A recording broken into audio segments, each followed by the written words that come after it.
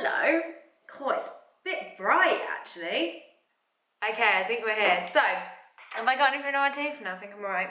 I thought about like fully getting ready and everything for you guys, but I won't lie, I ate some raisins, I made a cup of tea, I was trying to find all the excuses in the world to not sit down and talk to you.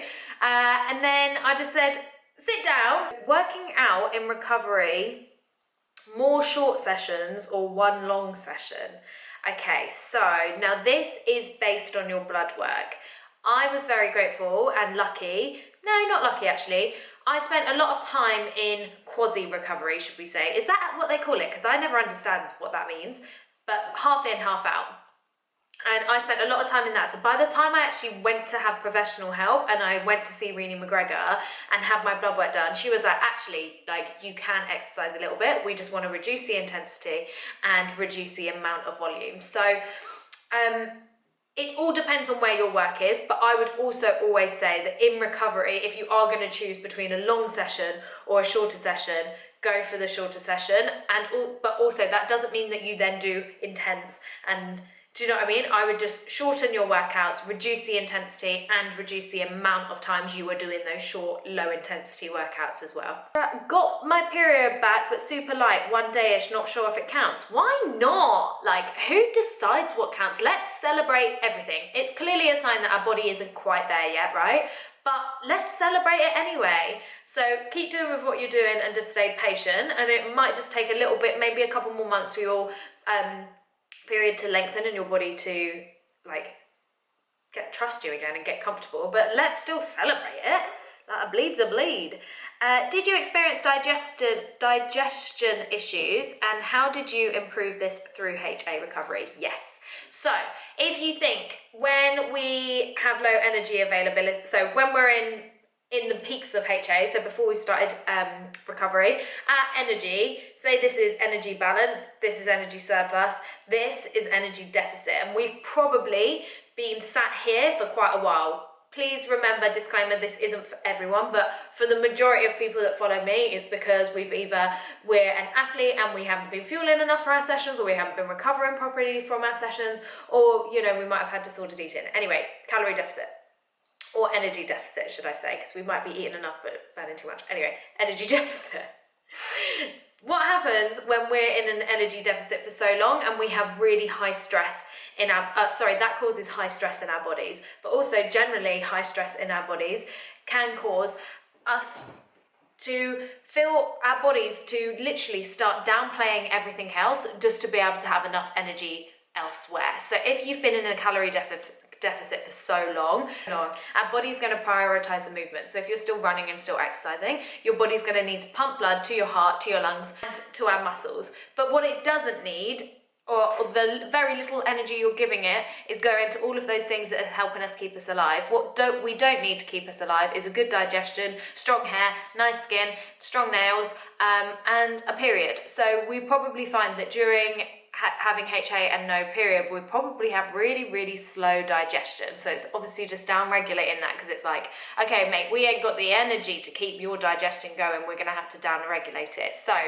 yes, I had a lot of digestive problems before HA, but also during recovery. So you think also, you've probably been giving yourself quite little calories and it's been down-regulated, and then you're going to start to increase your calorie intake. Now, because it's already down-regulated, so it's probably already a little bit slow, when you start giving it more, it's going to take a little while to catch up. It's like, oh shit, okay, now I've got more food that I need to digest, but I'm already down-regulated, so it's going to take extra time and extra effort. So yes, I did, and it was literally just give it time. So I would really actually not focus solely my diet on like high fiber foods, which is what I did before HA, you know, those high volume, low calorie foods. Sort of try to avoid those. Obviously, stay healthy and get your fruit and veg in, but really opt for making sure you're having high calorie, highly dense foods, so it just is a little bit kinder on your digestive system. It's not having to like grind up all of that fiber,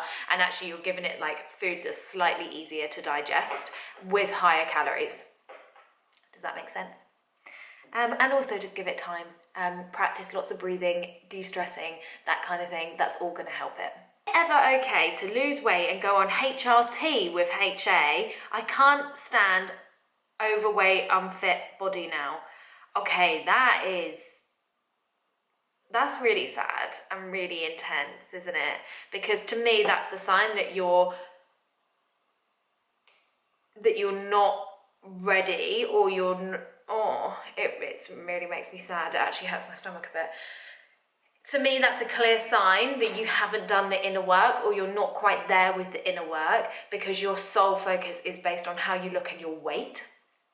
Now, in answer to your question, is it ever okay to? Remember, you have free will. You can do whatever you like. Would I say it's a good idea to? No, actually, let me pick it up. Is it okay to lose weight after HA? I would say, so after you've been through recovery, I would say maybe let's not focus on losing weight, because I don't think that's ever really what people really want to do, unless they generally have sort of like, they are generally really overweight. It's more body recomposition. So it's like, you know, pulling things in, lifting weights, and like sort of shaping it to make it look your desired look potentially. If that's the question, you want to recomp after HA recovery, 100%. I'm a big believer in, if that's what you want to do, then you need to feel confident in your body, and I don't think there's anything wrong with that. What I do think that there's an issue with is when that's going to provide you with the happiness, or like you feel like you have to do a recomp. The idea with recovery is that we are working on within ourselves.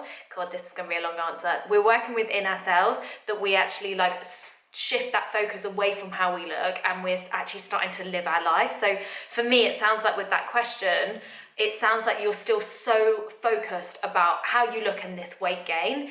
Now, second part of HRT with HA, that's entirely up to you. Personally, for me, I wouldn't. It's not a natural way to recover. There's clearly, from your question, in my eyes, there's clearly some things that you would really want to unpick, and you probably want to work with a professional, maybe like a psychologist or a therapist or something, to be able to work through those thoughts, because it seems like your only reason why you want to go on HRT is to have a period and lose weight, but then that is literally just sounds like it's just a big plaster, and it sounds like you really need to take some time just to like really nurture yourself and sort of like how you view yourself as well.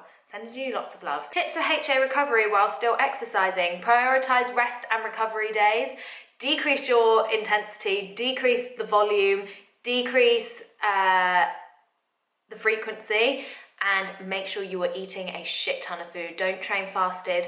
Really reduce your intensity of workouts and still fuel for those. So your body can take up to like 72 hours to recover from one workout. So you've got to think, even on rest days and stuff, you need to be in a hella load, and then the rest of your life needs to be really, really chill.